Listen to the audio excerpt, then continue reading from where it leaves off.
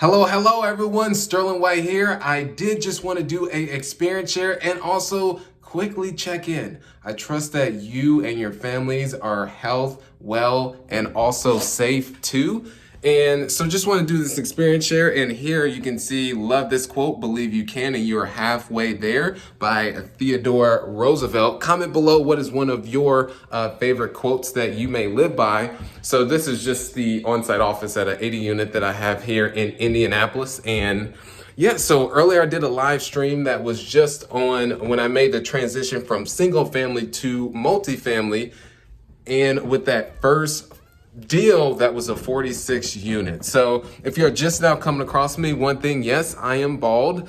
So that's, just want to get that out the way. Born and raised in Indianapolis, Indiana, not so good parts of the city, fraternal twin brother, single mother. Started in real estate. This was 2009, construction side, shifted to investing, got single family home portfolio up to 150 units.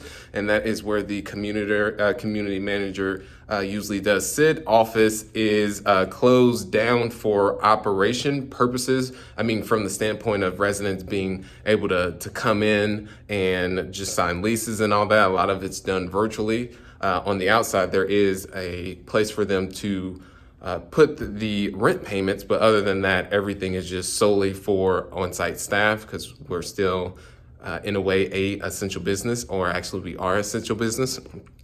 So with that, just going back to the story, is born and raised in Indianapolis, Indiana, got started in the industry 2009 construction side, shifted to investing, got portfolio up to 150 single families, and then in 2017 made a complete shift to multifamily. So portfolio is just under 400 units at this present time, and valuation is just under $20 million of the portfolio, and have raised over $10.5 million to fund various projects. So just giving you that context on myself, not perfect by any means, still make mistakes to this day, a lot more mistakes than I've had successes. So wanted to go into the lessons that were learned on that very first 46 unit deal, because had several people that have just asked me about the lessons, and if I were to go back in my journey, which I'm 29 years old, so still have so much more to go.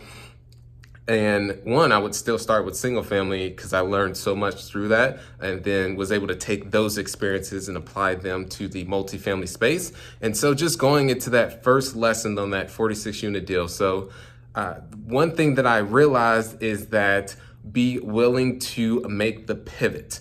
And so the purchase price on this asset went direct to the owner on it, and the purchase price was $900,000, and in which the seller carried back $700,000 and put $200 down. But let me just go ahead and go to the front part of being willing to pivot. So took the traditional route in nurturing relationship with brokers. They were sending over deals, and they just were not penciling out, because the multifamily market was definitely heating up. And now things may change, I would say today, just due to the current climate and changes that we're currently experiencing. It may even shift to more of a buyer's market from a seller's market.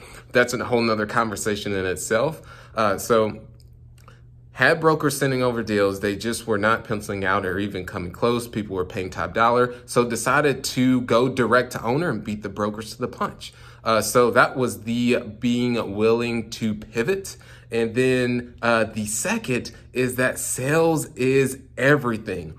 That is one of the overarching concepts. Even though when you're buying, you're still selling the seller on why you're the right buyer. And it even translates outside of business too, and personal. Prime example, I have a 7-year-old angel that's got hair all the way down to her back. And I believe that's when she was born. That's where my hair actually started to go. Just recently, she sold me on why she should stay up past bedtime. I was, hey, you got to go to bed at this specific time. She sold me, and she kept grounding me down. I was like, all right, you can go ahead and stay up. So she won that. She sold me. And in this case is, as I mentioned earlier, purchase price was $900,000. Yes, this is property, an apartment that is in Indianapolis, Indiana. So very affordable in terms of price per door. And 200,000 was needed to put down, and then raise an additional 685 to take care of improvements, and then also a portion went towards the down payment. But ended up selling the seller on why we're the right buyers for the deal, because we had no multifamily experience. We used a track record of the single family, and then also negotiated for us to do the seller financing just due to the occupancy. So sold them on that.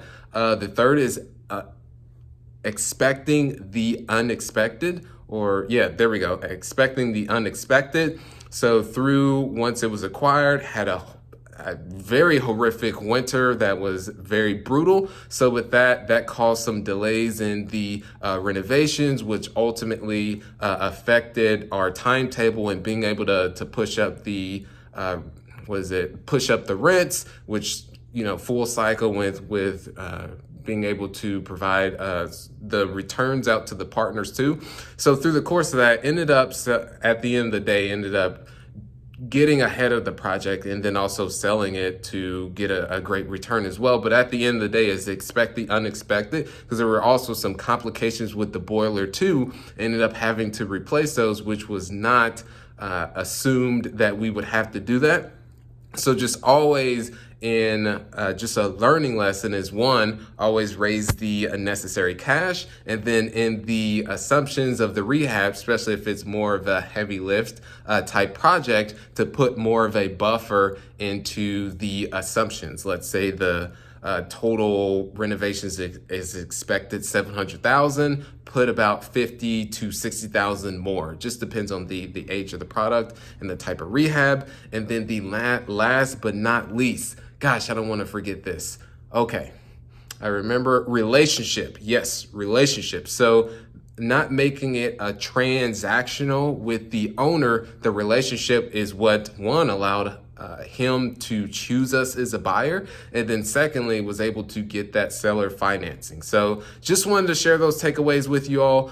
Comment below on how you're doing, you and your family. Hopefully that you're all safe as well. And so just want to end off on that note. Keep being awesome. Have a wonderful week. Thank you.